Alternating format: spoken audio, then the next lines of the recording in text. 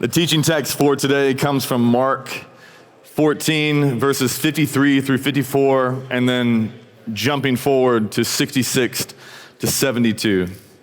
So Mark 14, this is about Peter denying Jesus, and we got an image right there that is just haunting.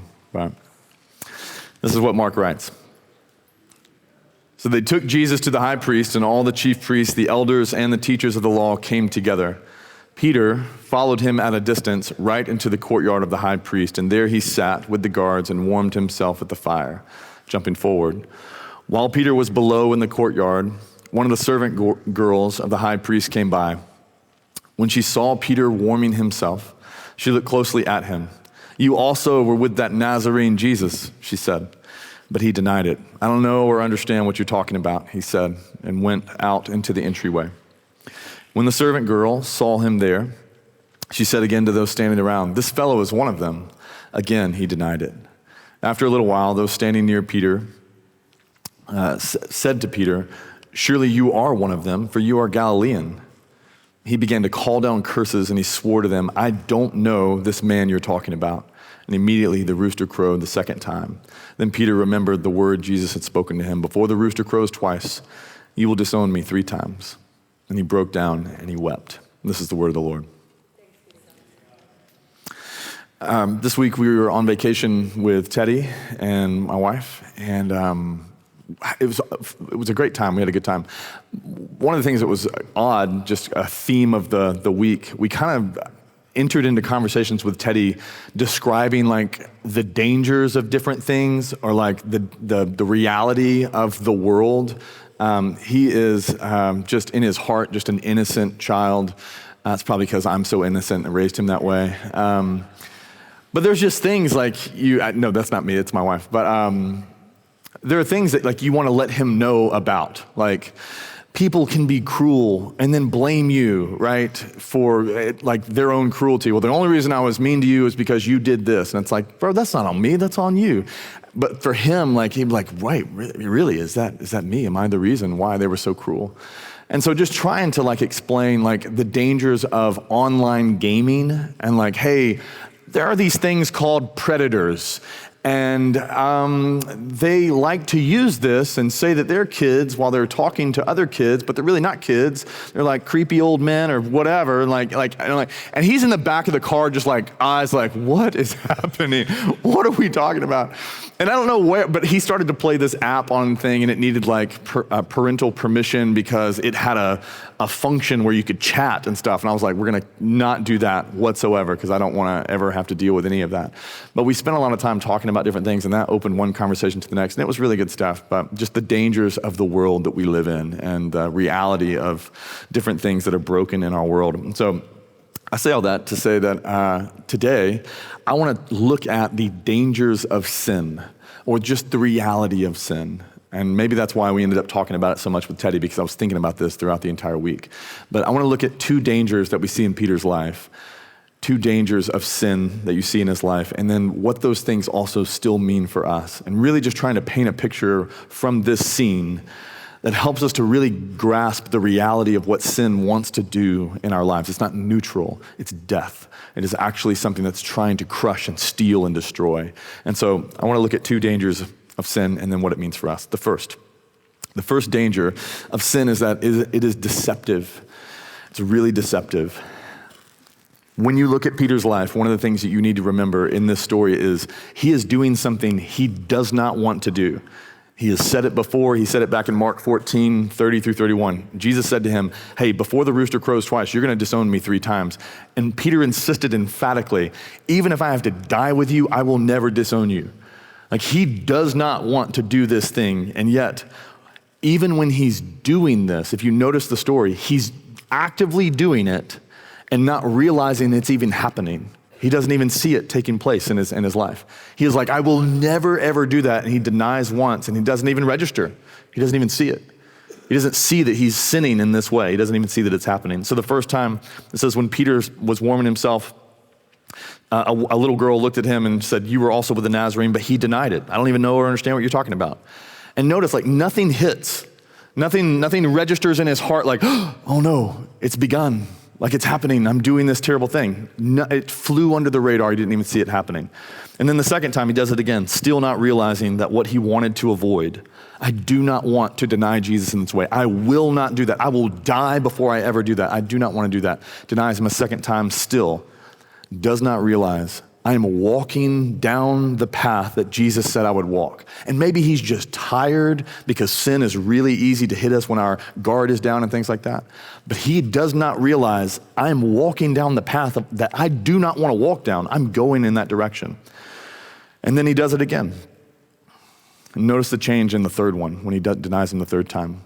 It says in verse 71, he swore to them, I don't know this man. The first time he was saying, I don't really understand what you're talking about. Second time, I'm really not quite sure what you're even talking about, little girl.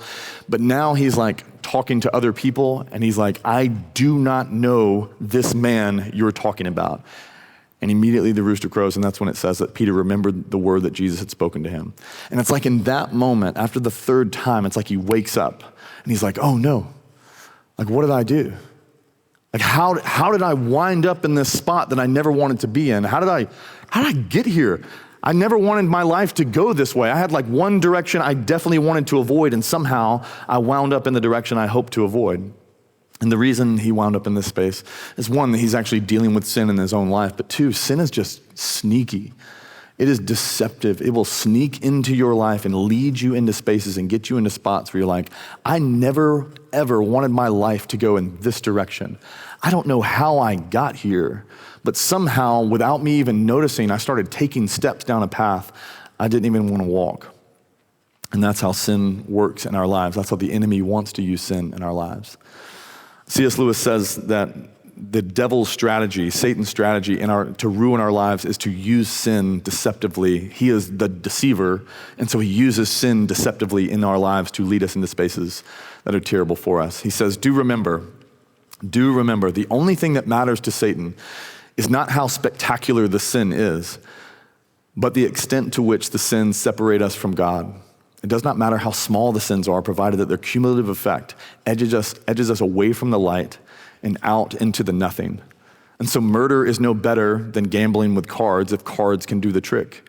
Indeed, the safest road to hell is the gradual one, the gentle slope, soft underfoot, without sudden turnings, without milestones, without signpost. The safest road to hell that Satan is trying to lead us into, the safest road to destruction, is the one that you don't even realize you're walking. Like that's what he's trying to do. And so the enemy doesn't tempt us with spectacular sins. He tempts us with ones that could go unnoticed, ones that we would probably see and be like, that's not that big of a deal. And Peter probably felt the same way. When Jesus told him, you're going to deny me, Peter probably had in his mind, he's like, to the Romans?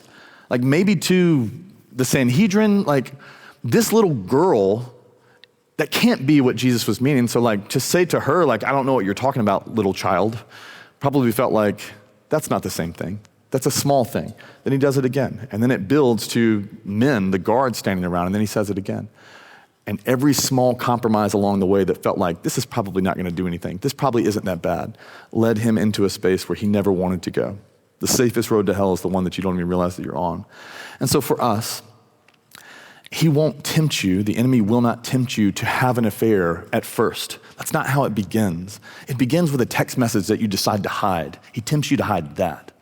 He doesn't tempt you like, I just blow up your marriage in one fell swoop. He doesn't do that. It's like, just linger in that conversation a little bit longer. Just begin changing what you dress like and those types of things. And you're doing it, but you're really doing it for him or for her or for whatever. Like it's small things that edge you away from the light out into the nothing. He doesn't tempt you to have an addiction. Can't wait to be addicted to stuff. No, it begins with a cell phone. It begins with an app. It begins with a swipe. It begins with like, I'm tired right now. This will make me feel better. Just something small. This will make you feel better. Then you can go to sleep. This will make you feel better. And so it's just one more thing. You deserve this drink. You deserve these things. It's small stuff that ends up grabbing onto us and leading us into something that's far worse. He doesn't tempt you to hate your spouse. He tempts you to just develop a habit of talking badly about them. And like just focus on, like you're so annoyed at that thing. Just focus on that one thing. Stay focused on that. Make sure they never forget that one thing that they did. He doesn't, when you're getting married, it's like, he's not trying to get you and tempt you in a space like one day, I hope I hate them. He's not going to do that. It's gonna be these like focusing on those things. Work harder on your job than you do on your marriage. Work harder on your fitness than you do on your marriage. Work harder on your children than you do on your marriage. It is small compromises along the way that lead you into a space with like, how did we get here? I'm pretty sure when we got married, we loved each other. Why do we hate each other's guts right now? How'd this happen? He doesn't tempt you to be a bitter and angry person. He just tempts you to hold grudges. And then he leads you down the road towards bitter and angry. He doesn't tempt you to neglect your children. He tempts you to use an iPad or a screen to give to them when you're tired after a day of work. I don't want to be a neglectful parent. Nah, I'm not going to tempt you with that. But you're tired, right? And that phone's right there. That iPad's right there. Just use that. Give that to them. This is how it works. It's not, I'm going to tempt you with huge, crushing credit card debt. And it's like just a small splurge. Just here and there, just small things that like, I need this, and this is the last thing I need. I just need this one more thing, and then all of a sudden you wind up in a spot and you're like, why can't I breathe? It's like, because you're underwater. It's small gossip, small fears, small lies that look like nothing. But the goal for Satan is the same. I need to get them away down a path without them ever knowing that they're walking down that path. How can I crush and ruin their lives? I can't do it in one fell swoop. They'll say no, they'll see it. Everybody that sees the cliff normally is like, oh my gosh, there's a cliff right there. Don't walk off that. But if I can distract them long enough to the edge of the cliff and then all of a sudden they just accidentally fall off that thing, then I got them right where they need to be. It's the small stuff. That's how he works in and uses that. This is why Peter later warns when he's writing to another church, he's writing to Christians, and he says, y'all, the enemy, your enemy, the devil, he prowls around like a roaring lion, seeking to devour you. And he is writing from experience. He's going, seriously, I've felt this. Somehow I wound up and I was devoured. My whole life in a moment was devoured in this thing. Like he is prowling, looking for his space, looking for a space to get in. The enemy is trying any way that he can in our lives, using sin to devour the good things in our lives, to devour our dreams, to devour those things. And it is deceptive. Sin is deceptive, used by a deceiver in order to try and edge you out into something into spaces you never wanted to be in. That's how it works. So, just as an aside, as I preach, sometimes I can feel the room a little bit, and I'm like, is this heavy? This is heavy. This is heavy. So I apologize that this is heavy. We're gonna talk about like, it's dangerous, it's gonna get you, like it's gonna feel maybe like a scary horror film or something. I don't mean for it to, but like it is, there's something here. I think it's something to see. And so not trying to like use fear to scare you. I'm like, oh, think of hell. I'm not telling you to do that, okay? Just so you know. That wasn't in my notes, and maybe I should have just left that out. But if it feels heavy, I apologize for that, okay? But that's the first. It is deceptive. Peter did not see this coming. Like he's doing the thing and he doesn't even realize it. He has no idea. I will definitely always avoid that. I will never enter into that space. And he walked down that path for a minute. Didn't realize he was walking down that path. That happens to us. And it will happen to us if we allow sin to deceive us into these spaces, because that's one of the dangers of it. It's just deceptive. The second thing that we see about sin is that it is incapable of giving us what we actually desire. It is incapable. It does not have the ability to give you what you actually desire in your lives. And so you see in verse 53, Peter is staying close to Jesus. He's like, I'm gonna stay near to where Jesus is. I'm not gonna go in. I just need to stay close, because at the right moment, there's gonna present itself an opportunity where I'm gonna be able to help in some way. I just need to stay close enough that I'm able to help when the time is right. And so for him, I can't cause a scene. I can't be noticed. If I'm noticed, they'll do something to me and I won't be able to help Jesus, and I'm here to help. I'm here to be the rock. I'm here to do this thing. And so the means justifies the end. They can't know I'm here. If they find me out, then I have to go. And so he lies and he denies. And it's like, but I know I'm doing something bad, but the intention is to get me into a space that's good. And the issue is sin does not work like that. It can't work like that. You can't do sin and trying to find something good and to find help and to find life. Sin does not function that way. It does not help. It does not give, it only takes. You can't use it to wind up where you actually want to be, because it has a life of its own and it will take you where you don't want to go. And that's exactly what happens to Peter. He's doing something that he thinks is necessary to wind up in a better spot. I'm sinning to wind up in a better spot. And it just doesn't work that way. Sin does not work like that. You cannot actually, from sin, you can't get what you truly desire. Steve Hope, in this book called Sipping Salt Water, which is an okay book. This illustration I'm going to give you is the best part of the book. So if you want to read it, but honestly, I'm about to read you the best part of the book. But he has this book called Sipping Salt Water where he illustrates the idea that sin can't actually give us what we really desire. He illustrates it so well, which is what led to the book deal, I'm sure. He just couldn't fill it out. Sorry, Steve. But he uses a story of Louis Zamperini, this Olympic athlete. He fought in World War II. They did a couple of movies about his life. But this is what he says about Louis. He says, Louis was flying in a fighter plane when he was shot down and crashed in the middle of the Pacific Ocean. He survived the crash, but was stranded in the middle of the ocean, and nobody knew where he was there. He drifted for 47 days on the ocean. He had sharks trying to get him from below, Japanese enemy fighters trying to shoot him from the air. But the worst challenge was neither of those things. His worst challenge was his thirst. He was surrounded by water and he couldn't take a sip. It looked refreshing. It looked like the very thing that would satisfy him. But if he would have drank from the salt water, it would have dried out his insides and left him thirstier than before. He would have experienced explosive diarrhea, pounding headache, muscle cramps, dizziness, vomiting, increased blood pressure, rapid heart rate, kidney failure, hallucinations, and seizures. Surrounded by water, but if he hydrates himself with this water, it wouldn't save his life, it would take it. Sin works like that.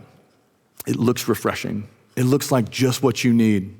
But the more you press in, the more it hurts you. The more you drink from it, the thirstier you get.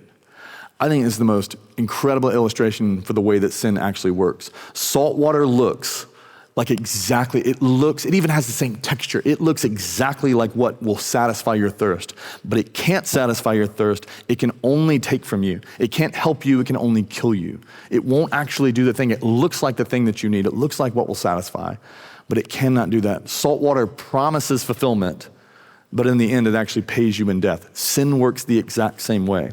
It promises you fulfillment. If you do this, this will help you. If you do this, life will be better. If you press into this sin, it will give you what you want. It promises fulfillment, but it pays you in death. It looks like the thing that you need in order to survive and to thrive. I just need this. I think this will get me there. But it's salt water. It promises fulfillment, but it pays us in death. This next scroll is it. This next swipe, this next relationship, this next purchase, this next drink, this next whatever.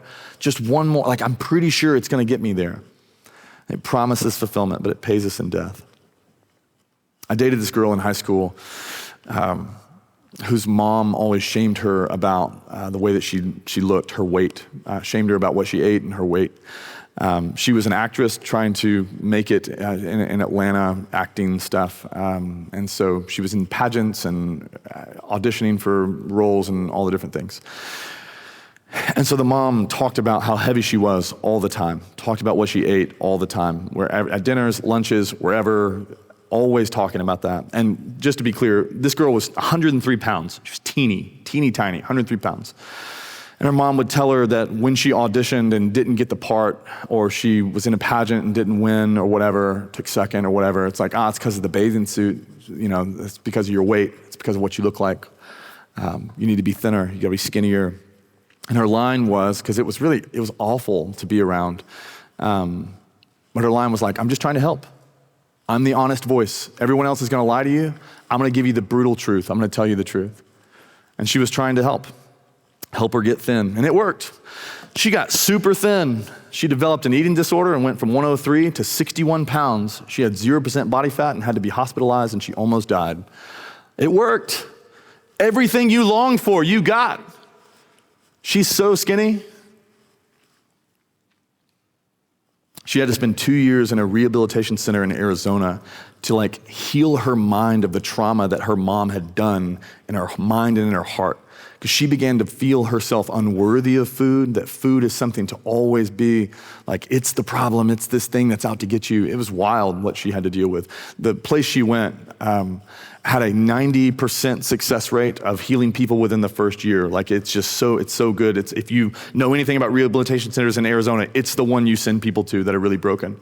And she had to stay there for 2 years. I think 6 months you're supposed to stay. She had to do 4 times the amount. And it's like the mom got exactly what she wanted. She used shame and was critical and was guilting her to make her thin, and you got her to be thin. But you can't get life from sin. You get death from sin. It will give you something that looks similar, but it will be far, far worse. Sin works like that. That's how it works. It's salt water. It looks like life, and it'll actually pay you in death. And that's what Paul says about it. The wages, the only thing it can give you is something that's destructive. It looks exactly like my anger. I think if I'm just so angry towards this person, I'll get exactly what I want. You probably will get what you want, but in the end, it's going to take far more than you actually get.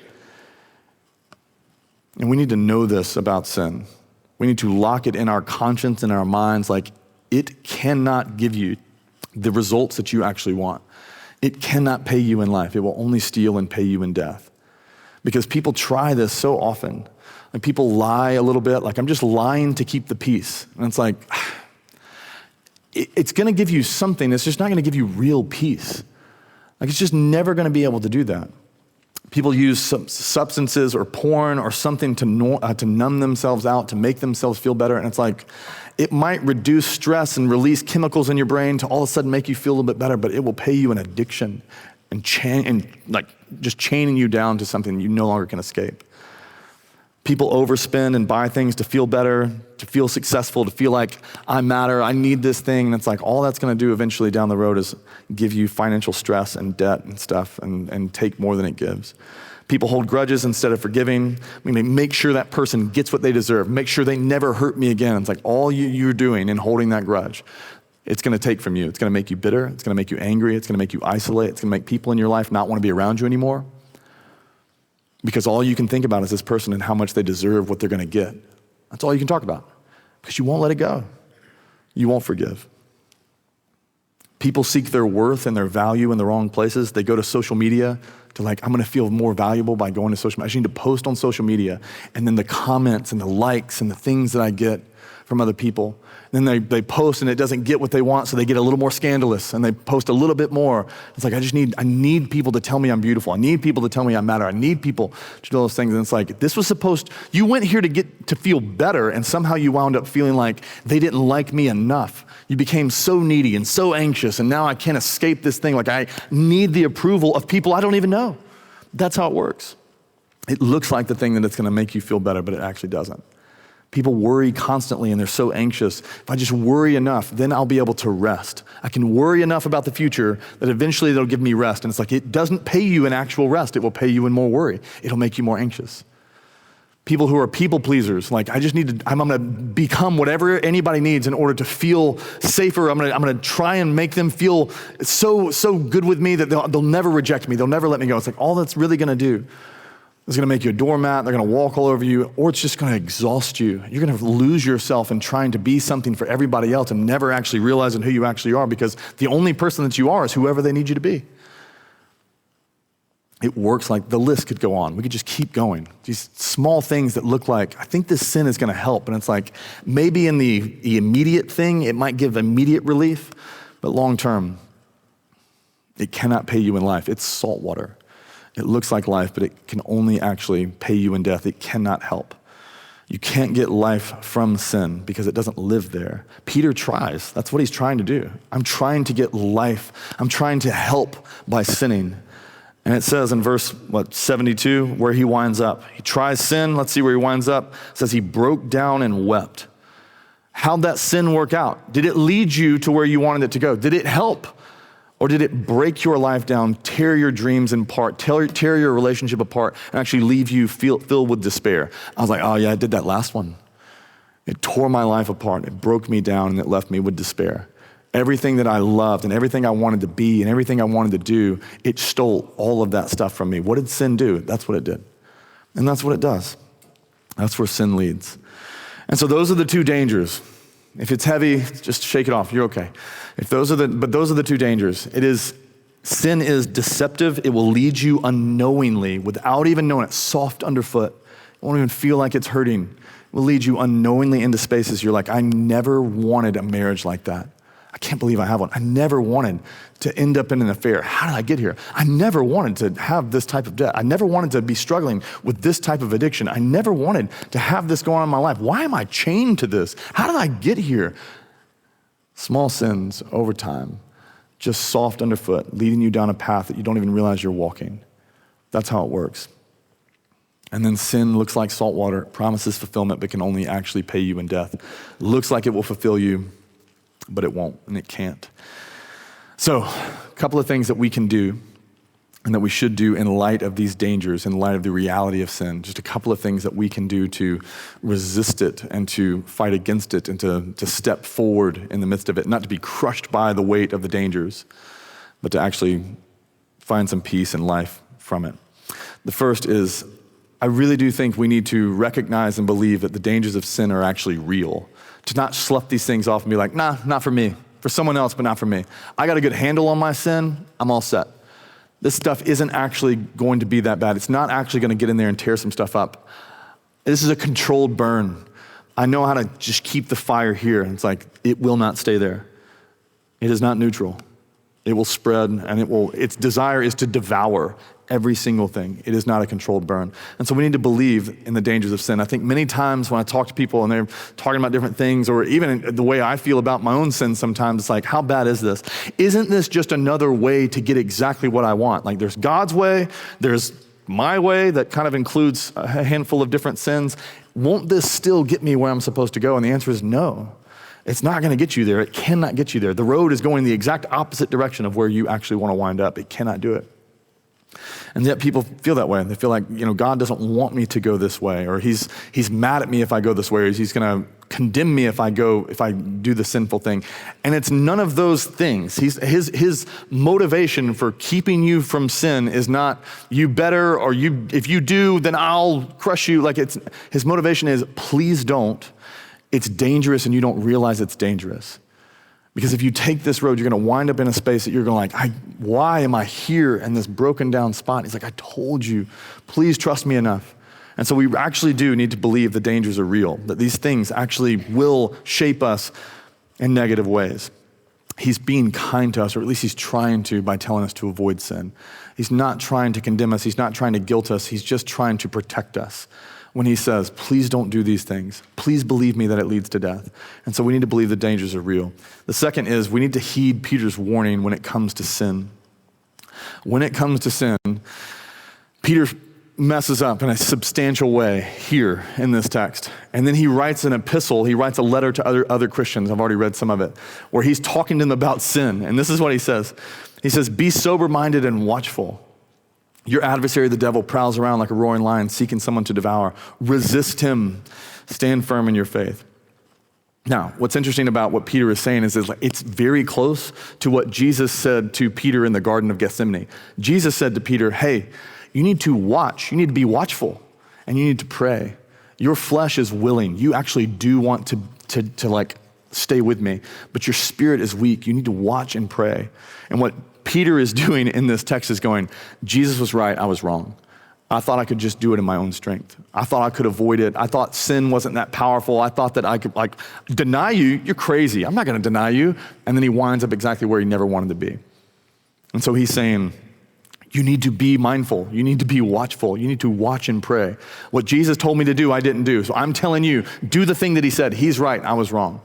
And so a couple of ways that we can watch and pray, be sober-minded, is one, we do genuinely need to pray. You need to spend time in prayer. One of the prayers that you can pray is from Psalm 139. It says, search me, God. Search me, know my heart. Test me, know my anxious thoughts. See if there's any offensive way in me and lead me in the way everlasting. I don't want to be led in the way of destruction. Lead me in the way of eternity. Lead me in the way everlasting. That's where I actually want to go. And so spending time just asking the Spirit, would you just reveal things to me that I don't even see myself? Peter's like, I don't even see my sin. He needed somebody to say, hey, you're denying him. Do you not hear it? You're denying him. You don't even see it. He needed somebody from the outside, somewhere from the inside to say like, hey, something's happening. And so we need to pray and ask, Lord, search me and know my heart. Show me offensive ways. And then I want to reject the offensive way and be led in the way everlasting. So we need to pray. Second, we need to respond humbly with confession and repentance when the Spirit of God convicts you of sin. Respond humbly and with confession and repentance. What a gift that we get to humbly just say about our sin, hey, I don't want this, I did this, I don't want this, I don't want to continue in this way. Thank you for the forgiveness that you offer. Like, we need to respond humbly with repentance and confession.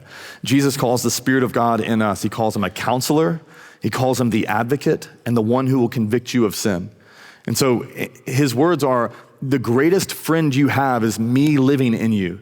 I will be honest with you about your sin. I will tell you the things that are bad. I will convict you. And conviction is a kindness, not a guilt. Conviction is a good thing, not a bad thing. When we do something bad or whatever, and something hurts us, we experience pain. There's a pain response in our bodies, hopefully. And the pain is not a punishment. The pain is a gift. When you experience pain, it's your body saying, hey, whatever you're doing, this is bad for us. This is wrong. Let's not do this anymore. This pain is bad. And so the Holy Spirit is doing the exact same thing with convicting us of sin. It's like, hey, you might not notice this, but this conviction you feel is a pain response. Whatever you're doing is bad for your heart. It's bad for your soul. It's bad for your eyes. It's bad for your marriage. It's bad for your relationships. Whatever you're pressing into is bad for you. The conviction is a kindness. He is trying to let you know whatever you're doing is going to lead you into a destructive path, not into a good one. And so we shouldn't defend ourselves against conviction. We should receive it as somebody being kind enough to tell us the truth. It's like, hey, this is actually dangerous for you. Dietrich Bonhoeffer has this quote in his book, Life Together. He says that nothing can be more cruel than the leniency which abandons others to their sin. Just being like, don't worry about it. You're cool. That's fine. Nothing can be more cruel than that. And then nothing can be more compassionate than the severe reprimand which calls another back from the path of sin. And he's saying this because he just gets it. And he understands. He's like, if I just allow you to continue to drink poison, it doesn't make me a good friend. It makes me a terrible friend. Or someone that can't read labels. Do you enjoy the Clorox, son? Oh, I hope so. That's really good.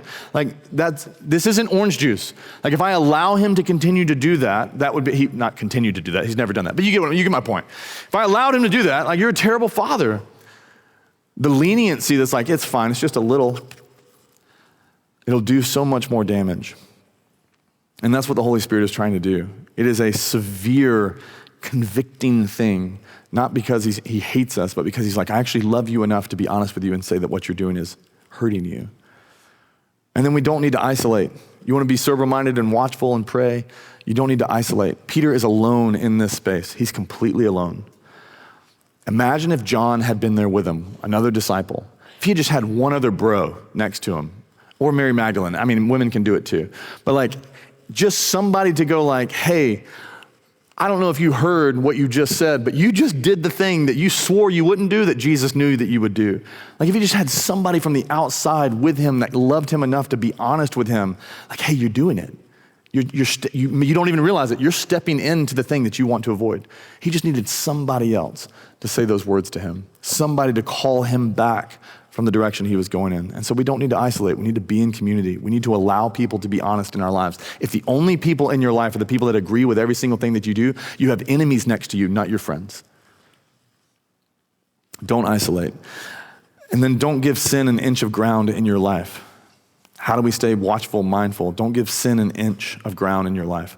Paul says it like this. He says, don't give the devil a place or a foothold is how it's translated in some of our Bibles. But the word in Greek is topos. It's where we get our word topological or topography or whatever. And so it's really just land, ground, a place. Don't give the devil a place in your life. So it's the idea of don't give him a single inch of ground in your life. Give sin not even just a single spot of ground. It's the same idea of when God had Israel moving into Canaan, and he's like, drive them out. Do not give them an inch of ground. Don't let them stay at all. Don't make peace with them. Don't make treaties with them. Drive them out. Give them no place around you because they will be a hindrance to you. They'll steal from you. They'll take from you. Drive them completely out. And so it's the same idea. Paul saying, drive it completely out. If you notice that sin has a space in your life, even just a teeny, tiny plot of ground in your life, do not be okay with that. Give him no ground in your life because it will be something that actually hurts you, not helps you. It will be something that doesn't just stay one plot of ground. It will turn into spreading into more and more and more. And so my encouragement to you is to find a friend, find somebody in your life, somebody that you can trust, And I would just encourage you to take them to lunch this week, this month, and just ask them, like, hey, do you see anything in my life that like maybe I'm just missing? Has sin, does it have an inch of ground? Have I given it any place in my life? Do you see anything in me? Something that like this could spread, this could be bad. Maybe I'm allowing it to stay. Maybe I don't even see it at all. Do you see it? And then you need to respond humbly to that person. Make sure you take the right person. But you should take somebody and go, I think you're the only person that really tell me the truth and know that even if you say something bad, I might want to hit you, but I won't. Like, I need that type of person, somebody to say those things. And so I would encourage you, find somebody. Have I given any place to the devil, any place to sin? Is there any spot? And then respond humbly and listen to them with what they say. And then the very last thing, based on all of that, one of the things we need to see is how Jesus can actually change your life. And you see it in how he changes Peter's life. What Jesus can do in your life is radically change you from who you were into someone brand new. He can take a sinner and turn them into a saint. He can take someone who was addicted and turn them into somebody that's no longer addicted. Peter was deceived and he wound up in a place he never wanted to go. He's living a life he desperately wanted to avoid. I do not want to live this life, and he's living that life. And what Jesus does in his life is he eventually forgives him and he restores Peter. And if you read on, after Jesus is resurrected and ascends into the heavens, Peter is leading the church and doing this stuff. And in the book of Acts, in Acts 4, Peter finds himself again in a very similar situation to the one that he's in this text. He's in front of the Sanhedrin. He's in front of Caiaphas. He's in front of these people that are questioning him. And he has this exact same opportunity to go, are you going to deny him or are you going to stand with Jesus? You could deny Jesus and be set free, or you could stand with Jesus and it's probably not going to go well for you. And notice what happens. It says, Annas the high priest was there, and so were Caiaphas and the high priest family. It's literally some of the same people that were there during this particular time in Peter's life before. They had Peter and John. He's not alone. He's got John with him. He's got Peter and John brought before them. They began to question him. By what power or what name did you do this? And Peter could just be like, I don't really know. Like, honestly, I'm just pretty good at healing people's legs. Like, I don't know, because that's what he just did. Like, he doesn't do that at all. He says, then Peter, filled with the Spirit of Jesus himself, said to them, rulers and elders of the people, if we're being called to account today for an act of kindness shown to a man who was lame and are being asked how he was healed, then I need you to know, you and all the people of Israel, it is by the name of Jesus Christ of Nazareth, whom you crucified, but whom God raised from the dead, that this man stands before you healed. Jesus is the stone the builders rejected, which has become the cornerstone. And salvation is found in no one else, for there is no other name under heaven given to mankind by which we must be saved. And it says this, when they saw the courage of Peter and John, the courage, in the previous passage, he has no courage. But when they see the courage of Peter and John and realized they were unschooled, ordinary men, they were astonished and they took note that these men had been with Jesus. Peter, in the passage in Mark, he denies Jesus even knowing him. Now he's known by Jesus' name by other people because he has this incredible courage. Jesus has changed this man's life from a lying, scared, sinful person into someone that's courageous, like, I will double down in Jesus' name. He is the man that he actually wanted to be. He wanted to be this guy in Mark 14. It's like, I just want to be this guy. And it's like, you just couldn't. But Jesus took his life, transformed his life, and actually made him into the person he actually wanted to be. And so what does Jesus want to do? He actually wants to lead us and shape us and form us into the people that we actually want to be. We don't get there by sinning. We don't get there by trying sin. You get there by actually giving more and more and more of your life to Jesus. He is the person who can actually transform your life into the way that you actually want it to go. He's the one that can do it, and he does it in Peter's life. And then Peter says, there's no other name. There's no other person. Everything that all the salvation you long for, the only person you can find that in is found in Jesus. Give your lives to him. And so that would be my encouragement today. That's what he wants to do. Sin won't get you there, but Jesus can actually lead us to where we actually want to go. And so my encouragement is to give your life to him again today. Like, just, if there are spaces in your life where you're holding on to sin and it's like really small sins, and you're like, this one's not so bad, give that to him as well. Give him that plot of ground in your life that you've given to the devil and to sin. Give it to him.